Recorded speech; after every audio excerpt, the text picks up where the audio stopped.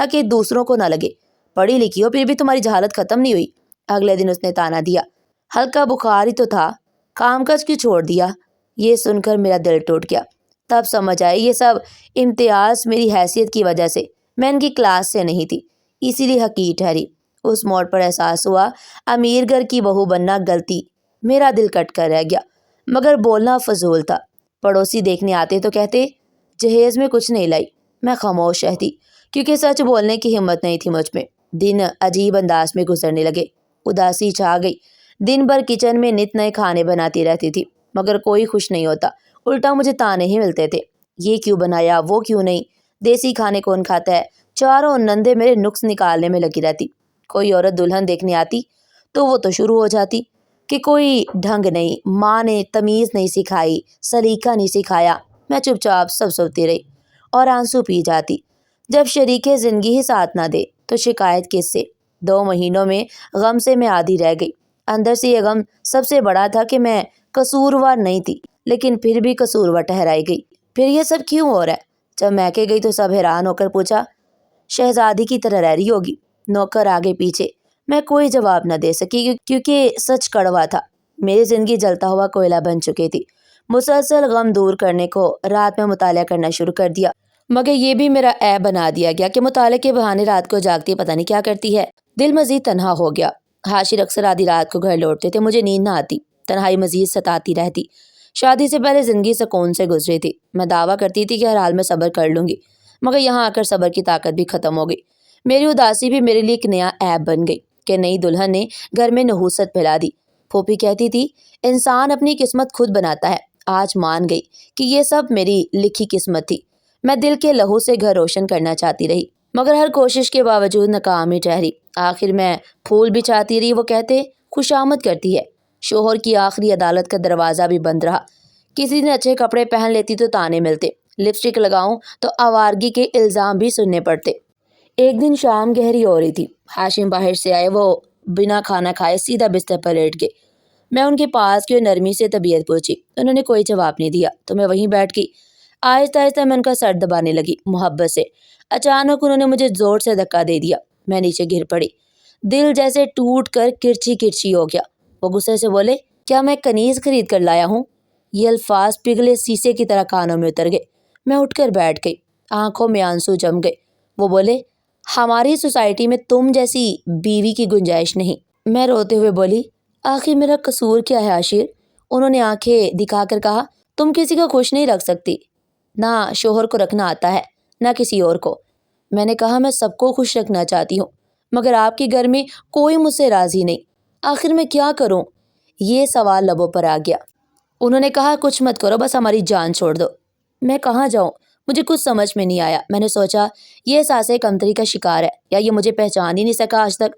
جیسے جیسے میں صبر کرتی گئی ظلم بڑھتا گیا، میری زندگی رفتہ رفتہ اجیرن بنتی چلی گئی، میں جیسے زندہ لاش بن کر سانس لیتی رہی۔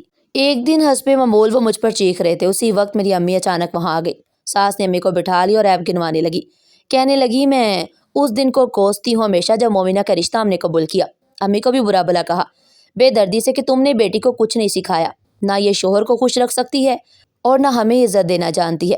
کبھی امی بہت رنجیدہ ہو گئی، آنکھوں میں آنسو بھر آئے۔ میں انہیں اپنے کمرے میں لے آئی خاموشی سے۔ امی مجھے اپنے ساتھ چلنے کو کہنے لگی۔ اسی بات پر معاملہ بگڑ گیا، شدید تلخی بڑھی۔ حاشر نے امی کو بھی برا بھلا کہنا شروع کیا۔ امی نے کہا اب مزید یہاں بے عزت مت کراؤ۔ حاشر نے کہا تم دونوں اس گھر سے نکل جاؤ۔ تب میں برداشت نہیں کر سکتی اور اٹھ کھڑی ہوئی۔ میں نے امی کا ہاتھ پکڑا اور گھر چھوڑ دیا۔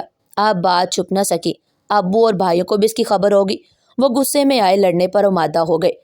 میں نے بڑی مشکل سے سب کو روک لیا۔ مجھے امید تھی کہ حاشر مجھے لینے آ جائیں گے مگر ایسا نہیں ہوا، بلکہ انہوں نے الزام لگا دیا۔ انہوں نے خط بھیجا کہ میں چوری کر کے گئی ہوں۔ خط پڑھ کر ابو غصے سے کانپ اٹھے، شدید بائی لڑائی پر تیار تھے مگر میں نے ان کو روک لیا۔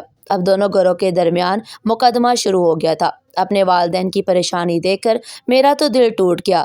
میں سوچتی ہے اللہ کاش میں پیدا ہی نہ ہوئی ہوتی۔ مقدمہ کافی عرصہ چلا، حالات مزید خراب ہوئے، غریبی اور پریشانی ہمارے گھر پر چھا گئی۔ کچھ شریف لوگوں نے ابو کی مدد کی، سچ سامنے آیا، الزام جھوٹا نکلا، حاشر پر الٹا جرمانہ عائد ہوا۔ عدالت نے مقدمے کا خرچ بھی اسی پر ڈالا۔ ابو نے خلا کا مقدمہ دائر کر دیا۔ آخرکار میرا وہاں جانا ممکن نہ رہا۔ خوف واقعی تھا کہ عاشر بدلہ لینے کے لیے موڈ میں دکھائی دیتا تھا۔ مالی حالات مزید خراب ہوئے تو میں نے ملازمت کرنے کا فیصلہ کر لیا۔ آخر اس زمانے میں نوکری حاصل کرنا آسان نہیں تھا۔ میں نے کئی جگہ درخواستیں دی، انٹرویو دیے، لوگوں کی نظریں مجھے ناپ توڑ رہی تھی۔ میں گھبرا کر واپس آ جاتی خاموشی سے، کیونکہ باہر کی دنیا کا مجھے بالکل بھی تجربہ نہیں تھا۔ آخرکار مجھے ایک بہت اچھی نوکری مل گئی، یعنی ملازمت مل گئی۔ آہستہ آہستہ غربت کے سائے گھر سے دور ہو گئے، ہم نسبتاً سکون کی زندگی گزارنے لگے۔ میں شکر ادا کرتی تھی کہ اللہ نے مجھے سہارا دیا۔ ایک دن دفتر میں کام کے دوران وہ آ گیا۔ وہ شرمندہ کھڑا تھا، نظر جھکائے ہوئے۔ اس نے کہا، مومنہ نوکری چھوڑ دو پلیز، لوگ میرا مذاق اڑاتے ہیں، میری بے عزتی نہ کراؤ۔